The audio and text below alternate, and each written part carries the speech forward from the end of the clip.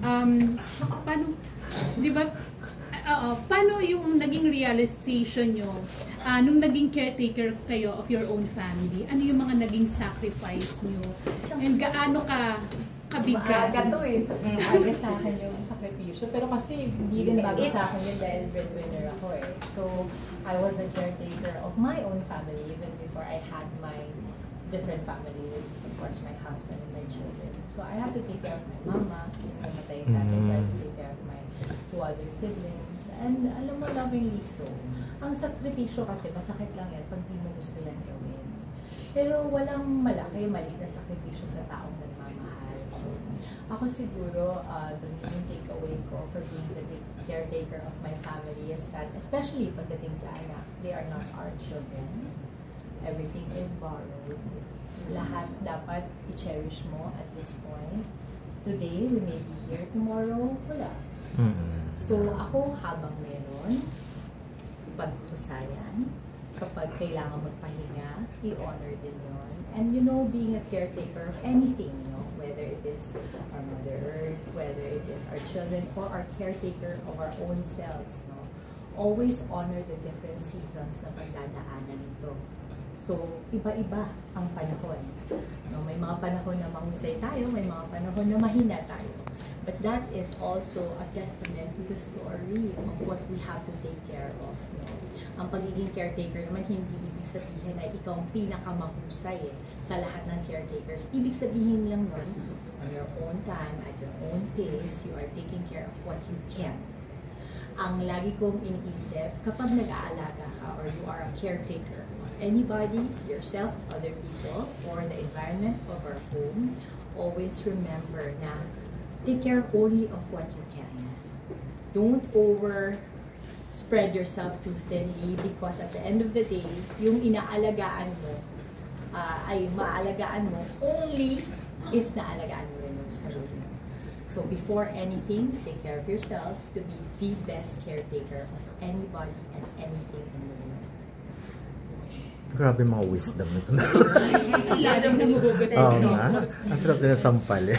So, actually, when you were saying that, kaya pa. Nakapating. Uy, ba't lagi sa amin? Hindi, mas malayo.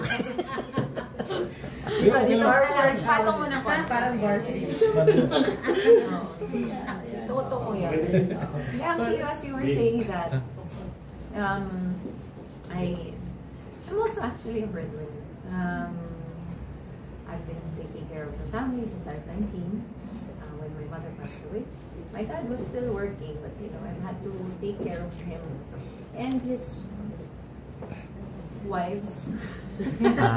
Parang naisip ko, no? And then even before I had Dea, I kind of am a mother to one of dad's. It's hard to talk about it, but I mean, I have a brother who was my dad's third wife. So, my dad's third. Paano ba yan? Meron na yung kapatid, tatagal mo na. Meron akong kapatid na anak ng third wife ng dad ko. Na nung pumanaw siya, bago ng dad ko, parang naiwan na din sa aking feeling. So, but of course, it's a very, I don't want, without his permission, I cannot really divulge more than that. When he's ready to tell the story. But it's like, I'm not the only parent, diba? So he hasn't lived with me forever. But I have to take care of him. So I've taken care of a lot of people in my life. My kuya, families, yung ganyan, you know. And now, of course, our main family, bago to sa akin. Na yung dito na talaga lumabas yung nag-expand yung puso ko. Ito na pa talaga yung selflessness. Na ibang level pa of care na natap. Kasi siguro I have friends who would always tell me, you know, you'll be a mom, and I was always in complete denial. No, I don't think I'd make a good mom.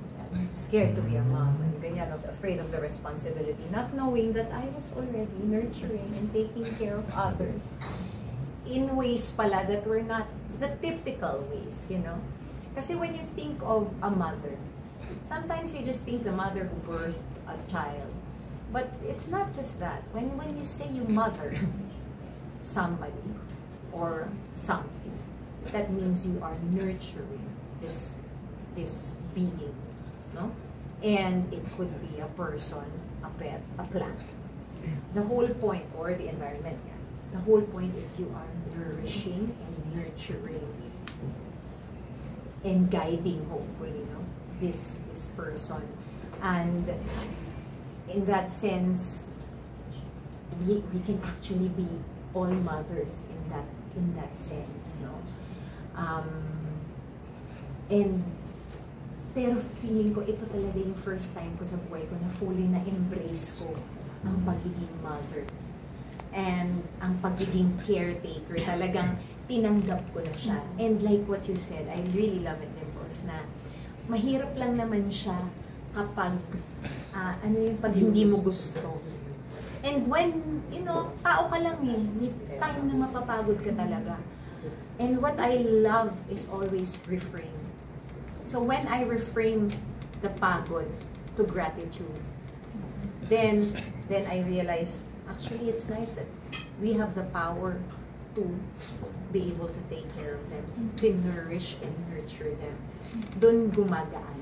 So lagi na lang pasasalamat. So pasasalamat po sa trabaho at mas naaalagaan ko ang mga tao sa buhay ko. Pasasalamat sa pagkakataon na in terms of taking care of the talents we've also been blessed with. This is a way for us to take care of it, to hone it. So, again, thank you for this opportunity. So, yun lang po. Pagiging caretaker naman din sa Mother Earth, it's really honoring the world. My world is my body first, my family, and my community, surroundings, and then country, and then the world. So, in whatever way I can, hopefully I try. But it's a lot to take on, all at the same time. So, kung ano lang, mag-umpisa ka lagi sa sarili mo, hanggang palabas ng palabas na palabas. Bitin na. Grabe yung mga picture. Ayan. Picture naman yung dalawa.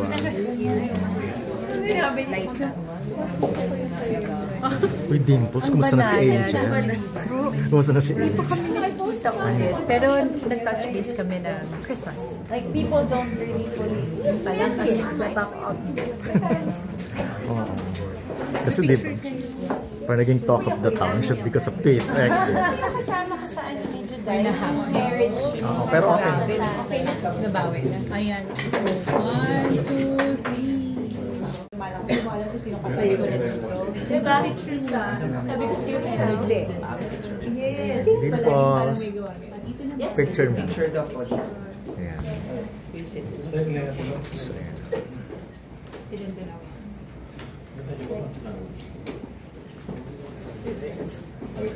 Sige po. Okay po. Okay.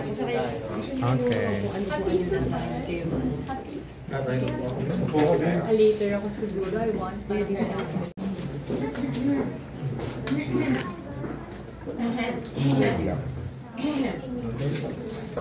Ganda ba ka dyan, Marty? Pag di ako maganda dyan, Check ko lang ako, okay na ako. Wow. Checking. Kuya Marky. Picture muna, Miss Iza. Ivan, Hindi yung kong kalimutan pag Grabe, ikaw.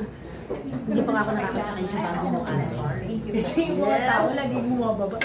Mama, pasabay naman. Pero may nakain ko pa nila pabalik ka. Baka wala yan. Baka pwede pa experience. Sorry. Ayan. Picture. Ganda na. Ganda na